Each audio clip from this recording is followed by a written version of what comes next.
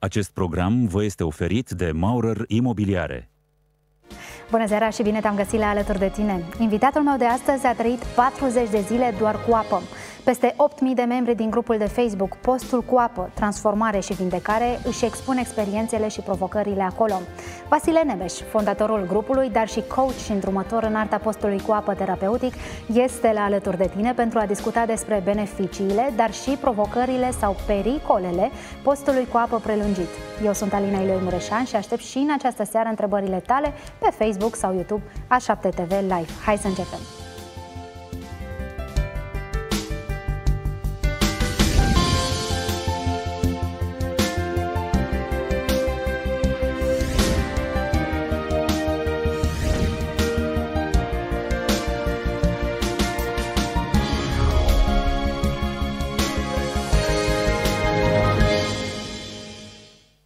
Dragii mei, am revenit în platoul Alături de tine și iată că începem și această săptămână împreună. Tare mult mă bucur să pot să fiu alături de voi și în această seară.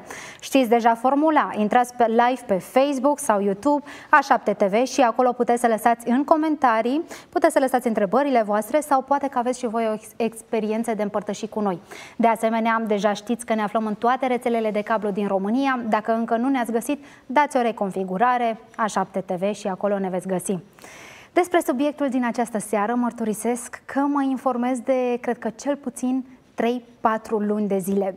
Am intrat și eu pe acest grup de Facebook, am citit mărturiile, am fost foarte curioasă să aflu dacă poate cineva să trăiască 40 de zile doar cu apă. După ce am citit câteva mărturii, după ce am văzut opiniile lor, după ce m-am informat așa cum trebuie, am zis că trebuie să vă prezint și vouă acest subiect. Alături de mine în această seară se află Vasile Nemes. Bună seara, Vasile! Bună seara ție și telespectatorilor și internauților care ne urmăresc! Ne bucurăm că ești alături de noi în această seară, în primul rând ca să împărtășești experiența ta, dar în al doilea rând să răspunzi tuturor întrebărilor pe care le vom primi în această seară. Și eu îți mulțumesc pentru invitație și abia aștept. Vasile, aș vrea să începem puțin prin a spune experiența ta. Iată, eu știu că doar de câteva zile ai încheiat cele 40 de zile de post cu apă, așa este? Este adevărat. Săptămâna trecută, mai exact în 9 aprilie, am încheiat primul meu post cu apă terapeutic de 40 de zile. Cum a fost? Ți-a fost greu să începi? Ai avut nevoie de anumite îndrumări? Cum este să trăiești 40 de zile doar cu apă? A fost interesant. Eu am experiență în posturile de 21 de zile, de mai mulți ani. Am ajuns să țin 2 posturi pe an, primăvara și toamna, și am vrut să bifez și această experiență de 40 de zile. În grupul nostru sunt oameni care de mult timp deja au reușit și mă bucur că am urmat și eu pe pașii lor reușit. Eu te-aș întreba, de ce avem noi nevoie să ținem post cu apă? Fie că ținem 40 de zile sau mai puține zile, de ce simte nevoie omul să țină acest post? În primul rând este o alegere, este conștientizarea importanței acestui ritual și dacă cunoaștem și pionieratul și modul în care a evoluat acest tip de post, mai ales pe partea medicală și științifică, putem să facem această alegere în scop preventiv, terapeutic și transformațional sau chiar spiritual. Avem în grup mulți oameni care țin acest post în scop religios, spiritual. Care a fost scopul tău? Tu de ce ai ales să ții acest post? Ok, am vrut să experimentez. A fost interesant că deși nu am bifat această performanță, să spun așa, deși este o experiență mai deosebită, am ajutat alți postitori în acest demers și mi-am propus câteva setări, mi-am setat câteva intenții cu scop transformațional, am vrut să pătrund mai mult în tainele acestui post terapeutic, să găsesc lucruri noi prin care să îl cresc, să-l duc un pic mai departe. Ai simțit vreodată că nu mai poți, că vrei să renunți și că gata, s-a încheiat? Sau te-ai întrebat vreodată care este motivul totuși pentru care mă chinui? Da, din fericire, postul cu apă terapeutic nu este chin, nu este înfometare, este bucurie, este experiența unor niveluri ridicate a vieții și a propriei persoane. Și da, deși unii postitori mi-au spus: Vasile, îți va fi foarte ușor la atâta experiență, îți va fi foarte ușor să duci 40 de zile. Au avut dreptate până la 25-30 de zile, a fost relativ ok, dar după aceea am simțit și am fost sincer în mărturia mea, am fost clătinat, am fost zguduit.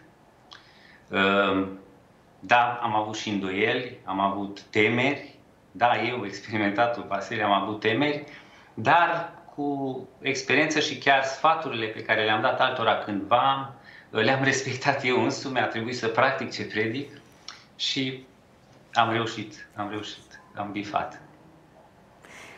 Există un procedeu, trebuie să ne pregătim să ținem un post cu apă sau pur și simplu mă trezesc mâine dimineață și mă hotărăsc că vreau să trăiesc 40 de zile doar cu apă? Da, chiar recomand celor care vor vedea această filmare și celor care ne privesc acum niciodată să nu facă postul cu apă, mai ales cel extins, din zel și din entuziasm.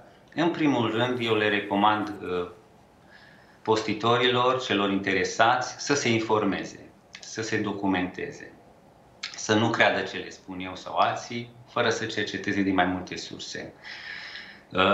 Este nevoie, da, cum a fost și acea imagine, este nevoie de o decizie, este nevoie de pregătire, este nevoie de spunem noi, pregătirea subconștientului, psihicului, oamenii care doresc partea asta de a experimenta postul terapeutic profund în scop religios, trebuie să aibă o pregătire, fără de care atunci postul devine o greutate, devine un chin, o înfometare, o frustrare, o nemulțumire și exact asta nu este în realitate. O pregătire bună garantează un parcurs bun. Și după ce am făcut această pregătire și începem perioada postului, când începe să devină greu? La fiecare persoană este la fel, citeam în grup că sunt persoane care deja din a 3-a, a 4-a zi simt dificultăți. Sunt alte persoane care din a 20-a zi. Cam există o regulă generală la ce trebuie să fim atenți? Da, sunt mai mulți factori care fac un post reușit. În primul rând, este importantă starea patologică a postitorului, cum se simte, contează alimentația pe care a avut-o în ultimele săptămâni, IMC-ul, înălțimea, greutatea, starea psihologică, anotimpul contează, condițiile de muncă, activitățile fizice, așa că nu pot spune la un mod general, însă baza este că fiecare trebuie să se pregătească și să-și adapteze intenția la posibilitățile sale, să-și personalizeze postul.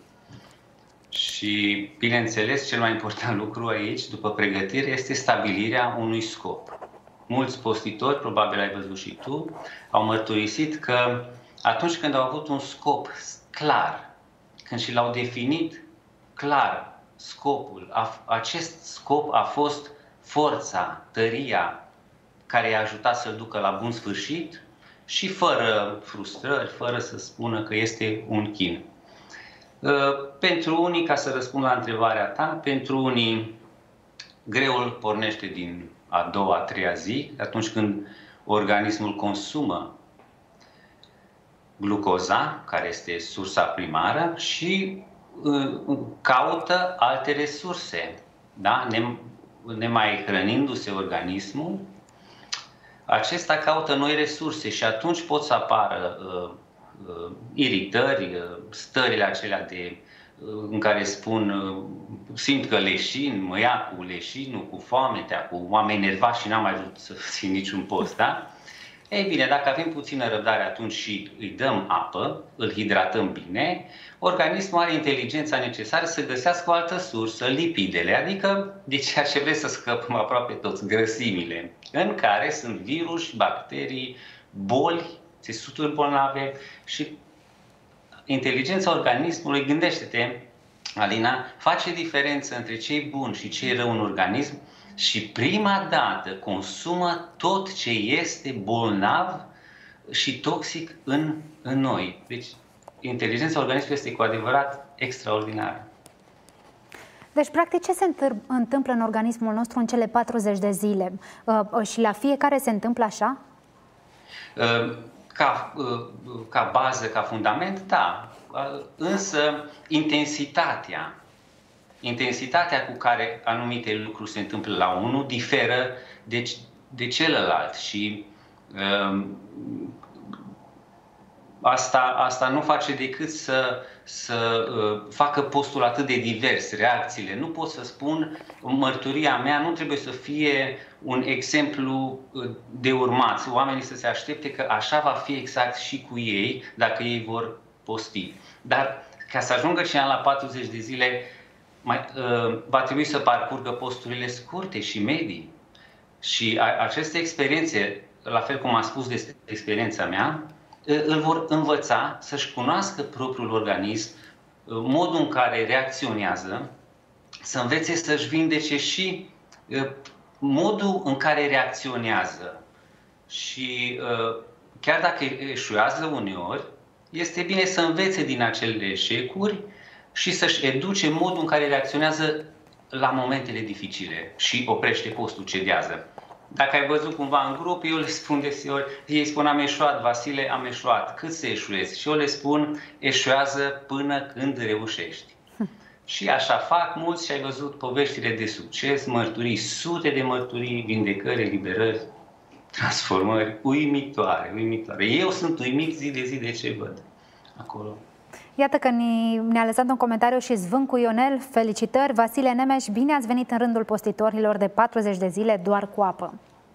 Da, prietenul meu Zvâncu este campionul României în posturile cu 40 de zile. Din câte știu eu mai bine, nu este niciun om în România postitor care să fi ținut într-un timp atât de scurt posturi de 40 de zile și care să ajungă de la 160 de kilograme la aproape 90. De la 160 la aproape 90. Are un parcurs excepțional, este un om foarte disciplinat și este o sursă de inspirație și binecuvântare pentru întreg grupul. Eu eram cu posturile mele de 21 de zile și el deja făcuse multe de 40 de zile și am învățat multe de la el. Îi mulțumesc că e așa o inspirație pentru grupul lui și celorlalți prieteni extraordinari. Sunt mulți oameni în România care țin acest post de 40 de zile cu apă? Din câte știu eu, clubul celor de 40 de zile este destul de redus. Din câte știu eu, nu suntem încă 50 de persoane, dar probabil că nu cunosc din generația profesorului Valeriu Popa, de la care am învățat foarte multe lucruri. Și dacă probabil i-am numărat și pe aceea pe care el i-a vindecat, i-a ajutat să se autovindece prin acest ritual, atunci ar fi probabil peste 100. Nu știu ce gândesc telespectatorii, dar știu că uneori, și eu citind mărturiile, dar și uitându-mă la fotografiile before and after, și tocmai ai zis și de Zvâncu Ionel, care a slăbit de la 160 de kilograme la 90 de kilograme, bănuiesc că sunt unii care intră în această provocare a postului de 40 de zile cu apă pentru a slăbi. Este o motivație bună? Pur și simplu îți dorești să slăbești și intri în această provocare? Da, sunt foarte mulți, mai ales doamnele care deja au trecut de 40-45 de ani, se confruntă cu această dificultate. Supraponderabilitatea și obezitatea provoacă mari suferințe și dureri în viața unei femei, bineînțeles și a unui bărbat, dar femeile, dacă ajung și la perioada dificilă de în jurul vârstei de 50 de ani, apar foarte multe suferințe și dureri și multe au reușit să slăbească la câte un post. Recent, Lia Alexandra, 23 de kilograme, viața distrusă, un divorț urât, dezamăgire, frustrare. Scuze, sunt puțin vulnerabil emoțional după postul ăsta și chiar și asta cu emoțiile sunt lucruri foarte interesante într-un post cu apă, cât de mult sapă în adânc. Și ea și multe alte femei curajoase au reușit. Avem o doamnă prietenă din București, mamă a 5 copii, Alina, și am întrebat-o care este motivația, de ce vreți să faceți un post așa de lung? Bine, făcuse câteva mai scurte și a zis, vreau să am grijă de copiii mei, vreau să fiu puternică, sănătoasă și să fiu un exemplu bun pentru familia mea. Și wow, pentru mine e wow așa ceva. Iată că pe lângă scopul terapeutic mai există și această motivație de a slăbi și mă gândesc că totuși merg mână în mână. Nu se poate să trăiești 40 de zile doar cu apă și să nu slăbești. Mă gândesc că este imposibil, nu-i așa? Da, așa este. Dar în același timp nu se poate nici să trăiești 40 de zile doar cu apă și să nu evoluezi din punct de vedere spiritual, mă gândesc, dar și ca organismul tău să nu se întâmple ceva terapeutic la nivelul lui. Da, noi spunem autofagie. Autofagia detronează zeul grăsime sau demonul grăsime, cum au fost denumite anumiți postitori. Autofagia aprofundată a fost premiată, Alina, în anul 2016 cu premiul Nobel. Chiar am vrut să te întreb, ce înseamnă, iată, autofagia celulară? Ce este acest... Autofagia este din limba grecească, care tradus ar fi autodevorare. Organismul în lipsa hranei caută soluții și soluția este, cum am spus, să identifice în organism ceea ce nu este esențial pentru acesta și să ducă supraviețuirea mai încolo. Și începe organismul să se un fel de autocanibalism. Ne mâncăm pe noi înșine pentru a supraviețui. Dar și mâncăm părțile bune sau părțile rele din noi? În primul rând, din fericire, am aici câteva notițe, că se vorbește despre premiul Nobel, dar detaliile, dacă îmi permis și vom avea timp, le vom trece în câteva minute.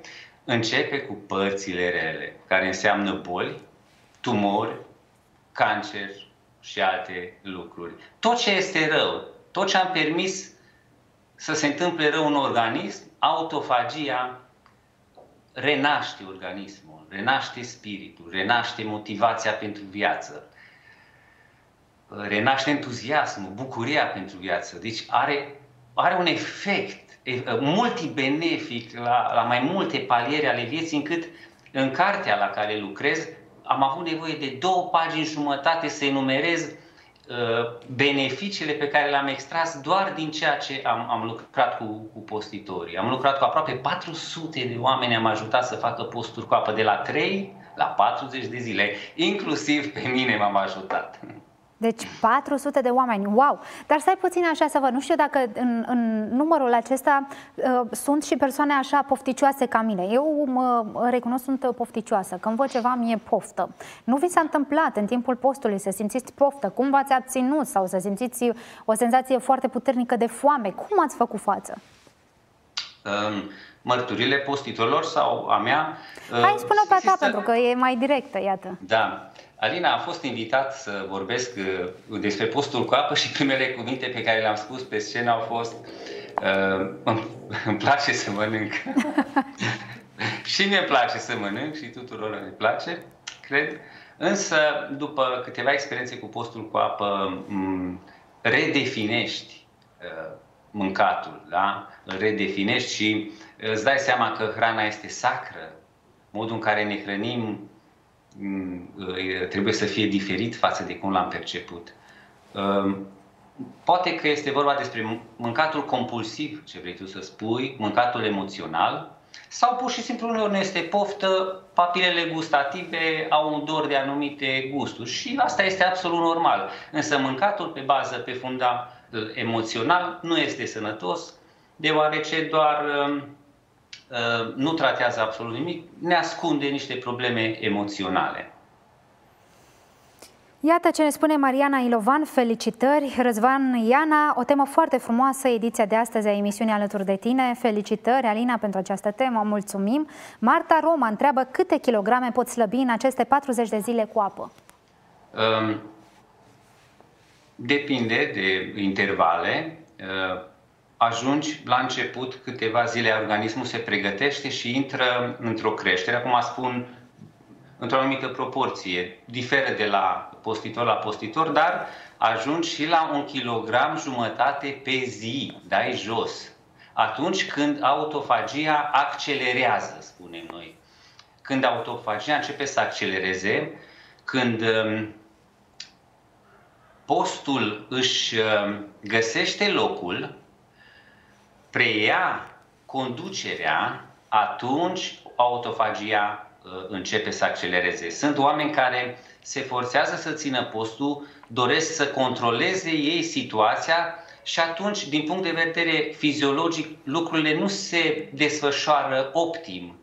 Dar dacă postitorul începe să se relaxeze, cei de la clinica din Germania, Buchinger, unde a pornit postul terapeutic în Europa, de la doctorul Otto Buchinger,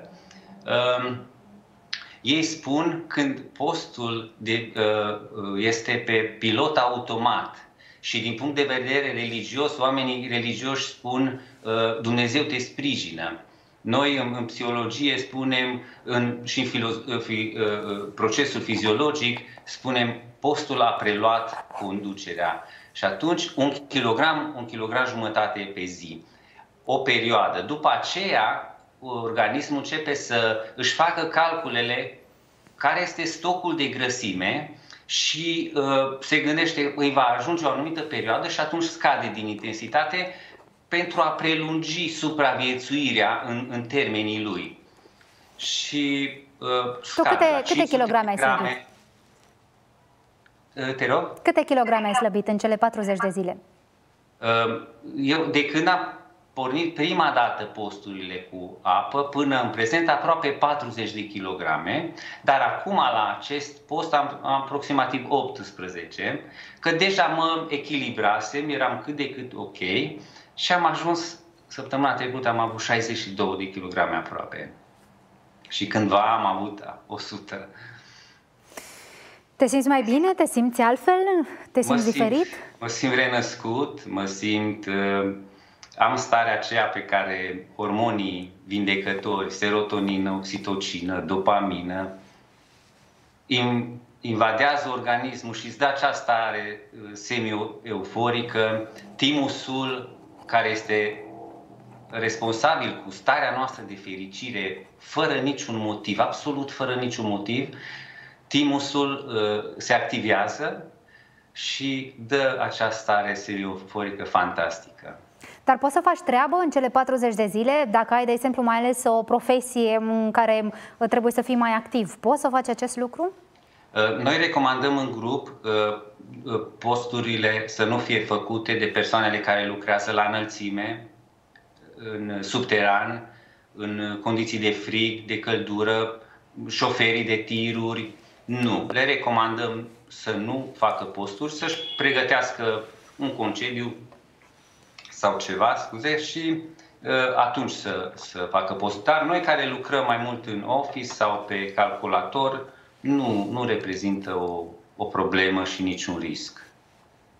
Costin Homeghi ne salută, Nina Covax, felicitări, Gabi Călin, felicitări, Zvâncu Ionel ne scrie și ne spune așa: postul terapeutic doar cu apă pentru mine a devenit un stil de viață care este o tradiție iubită în familia mea și are beneficii. Nu mai sforăi, nu mai am tensiune arterială, sunt mai ușor și mai fericit. Nimeni fără Dumnezeu. Pentru mine credința și rugăciunea sunt foarte importante. Iată, Ionel spune că nu mai sforăie, nu mai are tensiune. Ce schimbări de acest gen ai observat la tine? Schimbări cu privire la sănătate nu au fost necesare, slavă cerului, pentru că acestea s-au rezolvat la primele posturi. Colesterolul jos, trigliceridele jos, hipertensiunea arterială jos, insulina, nivelul zahărului din sânge jos, stresul accentuat jos. Deci postul cu apă decapitează toate acestea efectiv, fără nicio discuție. Și totuși, mie îmi vine să te întreb de riscuri și iată că și telespectatorii noștri se gândesc la acest aspect și întreabă așa. Flori Petrica, nu poate fi riscant să postești 40 de zile? Și Ioan Samartinean întreabă și el și spune: bună seara, oare acest post doar cu apă nu este un chin pentru organism? Sau cei ce îl țin nu o fac din mândrie? Ca să slăbești și să te detoxifici, sunt multe alte metode sănătoase pe care le poți urma și nu o înfometare de 40 de zile. Sunt cei ce fac acest post sau cei ce fac acest post îl fac în numele lui Dumnezeu ca o jertfă adusă lui? O seară faină în continuare și felicitări pentru emisiunea Alături de tine. Te mai avem, Vasile, alături de noi? Bine, nu știu de ce s-a oprit. Da, s-a întrerupt puțin. Ai auzit comentariul pe care ți l-am citit? Ai auzit? Da, da? Dacă poți să repeți ultimele fraze. Ok, sigur că da. Oare acest post doar cu apă nu este un chin pentru organism? Sau cei ce îl țin nu o fac din mândrie? Ca să slăbești și să te detoxifici, sunt multe alte metode sănătoase pe care le poți urma și nu o înfometare de 40 de zile. Sau cei ce fac acest post îl fac în numele lui Dumnezeu ca o jertfă adusă lui? Persoana care a întrebat ar trebui să se întrebe pe sine dacă ar face un post, din ce motive îl face. Fiecare declară că îl face cu un anumit scop. Eu nu pot să întreb pe cineva sau să știu dacă îl face din mândrie sau nu. Eu sper că îl face cu scopul în scop terapeutic. Vreau să repet, postul cu apă terapeutic nu este înfometare și nu este chin. Este un act benevol de a permite organismului ca după 365 de zile în care tot mâncăm și iarăși mâncăm, da? Și nu ne mai oprim, să-i dăm un bine meritat repaus, da? Care are efecte binefăcătoare și asupra sufletului și psihicului și mentalului nostru. De ce din 365 de zile nu am lăsat un timp de câteva zile organismului să se vindece, să respire, să spunem noi, vorbesc uneori așa, că nu cunosc toți termenii medicali și atunci folosesc așa figuri de stil, să se desfunde țevile din noi, înfundate de la mâncărul, de la poluare, de la tot felul, da? Adică nu-i vorba de înfometare, mă chinui, pe bune. Dă-i voi organismului să fie el însuși, să-ți ardă grăsimi, să elimine tot ce e rău. Tu îi faci bine organismului, desigur, dacă le duci puțin, dacă îl pregătești, ca el să nu perceapă că lipsa hranei este o agresiune asupra lui. Dacă percepe asta și nu te-ai pregătit, cum am spus, cât de importantă este pregătirea pentru un post, atunci el percepe repausul acela alimentar ca pe o agresiune și se zbate, ce se întâmplă, se întreabă, îți trimite niște stări rele ca să te ajute, pentru că tu nu l-ai pregătit să accepte cu bucurie câteva zile de repaus în care va intra. Când învățăm să facem asta, de asta am spus, arta postului terapeutic este o artă, arta de a-ți face bine ție însuți, de a respira, de a-i permite organelor interne să se regenereze, să se vindece, să se facă bine. Dă apă bună, apă curată, apă fără clor, fără mizerie și cu asta te vei vindeca. Trebuie și o supraveghere medicală atunci când alegi să faci acest pas? La posturile mai lungi, da. Tuturor le spun să-și consulte medicul de familie și, din fericire, tot mai mulți medici care își actualizează cunoștințele vis-a-vis de descoperirile din domeniul științei din ultimii ani, ei acceptă posturile cu apă, desigur nu foarte lungi, dar încep și medicii să fie cât mai deschiși și îi felicit, iar pe cei care încă nu își actualizează, eu le spun unor postitori, întreabă-ți medicul ce spune despre autofagie, despre această premiere cu Nobel în 2016 a profesorului Osumi pe această descoperire, aprofundare a autofagiei. Și ei vorbesc și încep să discute și uite așa medicii se deschid. La posturile lungi, da, recomand asistență a medicului. Și a fost o întrebare la care nu am răspuns. Da, foarte mulți din grup îi dedică postul Domnului, lui Dumnezeu și îl închină lui și noi nu discutăm subiecte religioase în grup, dar fiecare își practică credința în privat așa cum dorește și este un grup de post terapeutic. Și fiecare acasă își practică credința lui în mod autentic sau cum crede de cuvință. Avem și budiști, avem și musulmani, avem și atei și efectiv trebuie să respectăm credința fiecăruia. Iată, da. Luisa Zanfirei te întreabă dacă apa contează foarte mult și mai adaugă, eu am un filtru, nu foarte scump, dar își face treaba pH 8. Cât de mult contează apa? Apa este terapeutică de altfel pentru că doar apă bei în cele 40 de zile, nu? Da, apa este un element foarte important și e de recomandat să nu folosim apa de la robinet, mai ales în anumite orașe. Am înțeles că în București apa de la robinet e dezastru. Și mulți consumă apă plată din buteliere. Noi în grup avem o firmă, ne-a ajutat cu o reducere, un discount, ne dă filtru de apă care o face alcalină, antioxidantă și cu pH de 8,5, exact ce are organismul nevoie. Și ne bucurăm de asta. Cine cumpără, alții de la izvoarele naturale, ori de unde, dar cât de mult posibil să evităm apa de la robinet. Mai citeam și că apa distilată este indicată, sau? E adevărat, profesorul dr. Valeriu Popa folosea apa distilată pentru bolnavii de cancer, deoarece are o capacități extraordinare de a scoate otrăvurile din corp. Au fost semnalate cazuri grave de cancer avansat metastazic, vindecat sau mult ameliorat datorită apei distilate. Însă, aceasta nu hidratează, este o apă moartă. Dar în tandem cu apă potabilă, de calitate, face un reset extraordinar la nivel celular. Cine suferă de cancer sau tumor folosește apa distilată și sunt ameliorări semnificative și chiar vindecări. Și cine nu trebuie să țină post cu apă? Cine are o contraindicație? Da. Noi recomandăm în grup, în primul rând, femeile însărcinate, lăuze, cei care sunt subponderali, deși am avut câteva cazuri de subponderali care au ținut câteva zile, nu lungi, și și-au îmbunătățit sănătatea. Da? Mai sunt contraindicații, cei cu probleme de inimă deosebit de grave, cei care au ieșit din operații. Diabetul tip 2 se vindecă relativ ușor, însă sub supraveghere medicală indicat. Alte tipuri de boli,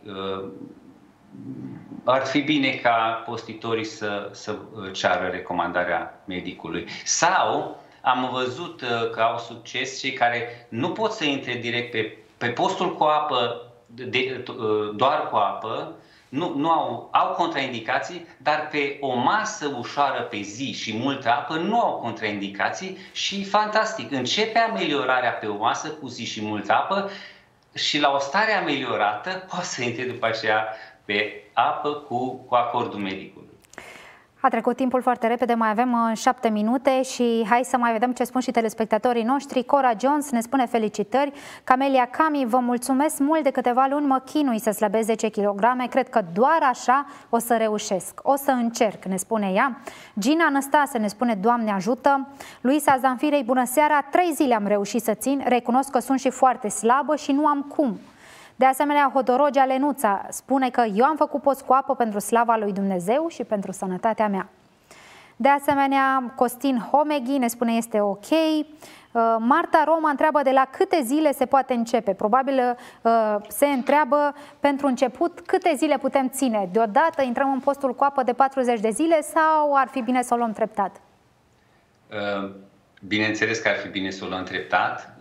Eu felicit chiar și pe cei care spun am ținut o zi de post și eu zic wow, felicitări, și chiar îi încurajez, am găsit un mindset care este foarte important. Am văzut că postiturii își propuneau 3 zile sau 5 zile sau 7 zile și țineau mai puțin și din 7 zile propuse au ținut 5 zile și erau frustrați, se necăjeau și am spus hei, încetează, felicită-te pentru cele 5 zile, nu te plânge pentru cele 2 care nu ai reușit. Și oamenii au început să fie mulțumitori, să înțeleagă cât de important este să te bucuri de reușite. Și apoi, în trepte, îți propui după 2-3 luni un alt post și tot așa până când îți atingi scopul propus.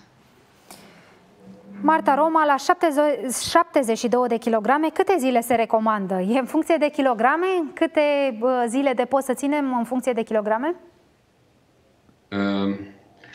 Da, după cum spuneam înainte, este important să știm când se declanșează autofagia în organism. Depinde și ce înălțime are, unde locuiește, unii locuiesc în Spania, unii locuiesc mai la nord.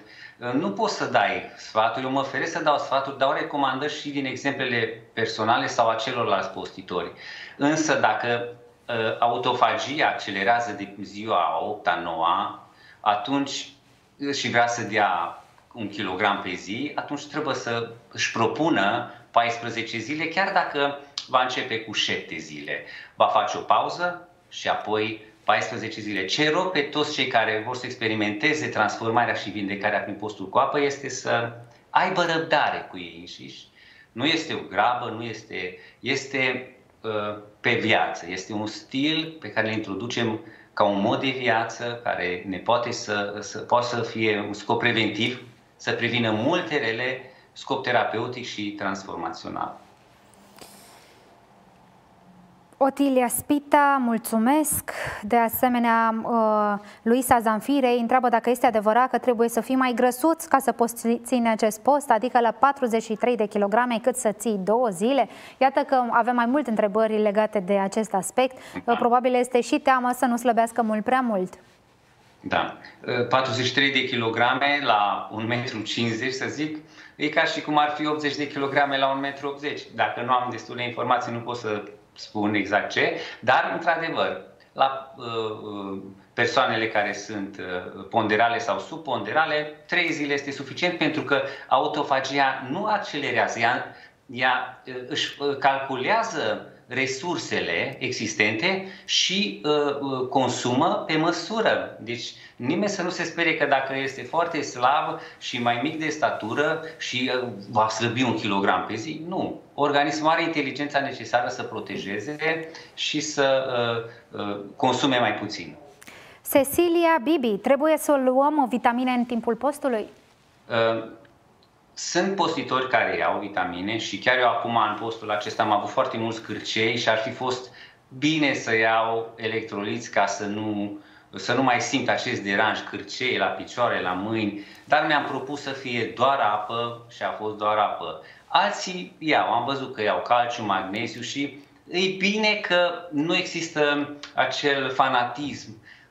Oamenii învață, experimentează și își pregătesc ca apoi într-o zi să reușească doar postul natural pur cu apă. Da? Dar este bine omul să nu se chinuie dacă simte nevoia sau să ia calciu, să ia magneziu, e foarte bine. Pentru începători e foarte bine, chiar și un ceai sau ceva ușor. După aceea intră full water și transformarea este foarte vizibilă. Dacă ar fi să spui 3 motive pentru care să ținem postul cu apă, care ar fi acelea? În primul rând, eu am creat 4 direcții ale postului. Din interacțiunile cu atâtea sute de oameni, la un moment dat am găsit 4 direcții prin care să ajut ca oamenii să se focalizeze mai clar. Și acesta ar fi direcția preventivă, terapeutică, transformațională și spirituală.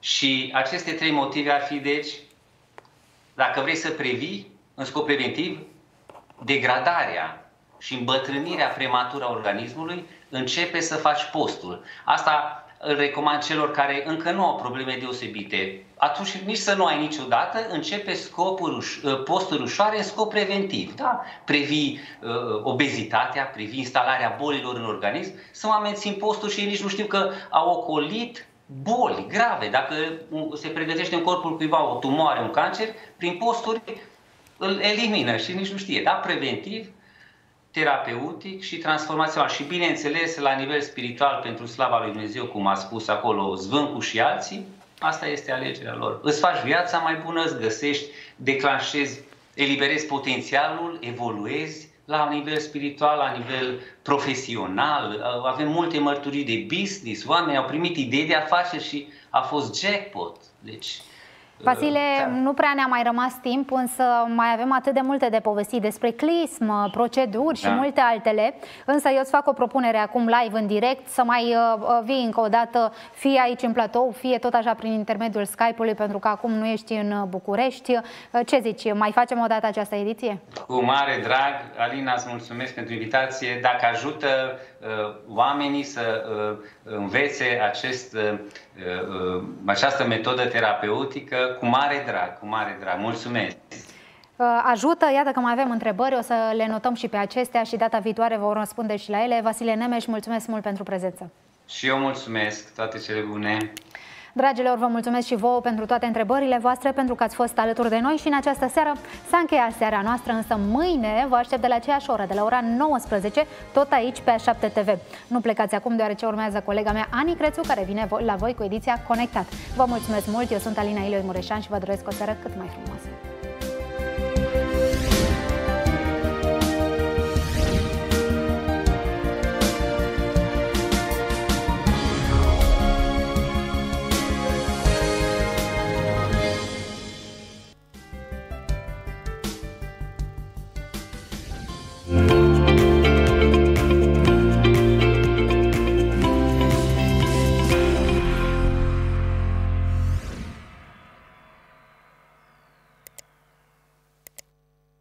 Acest program a fost oferit de Maurer Imobiliare.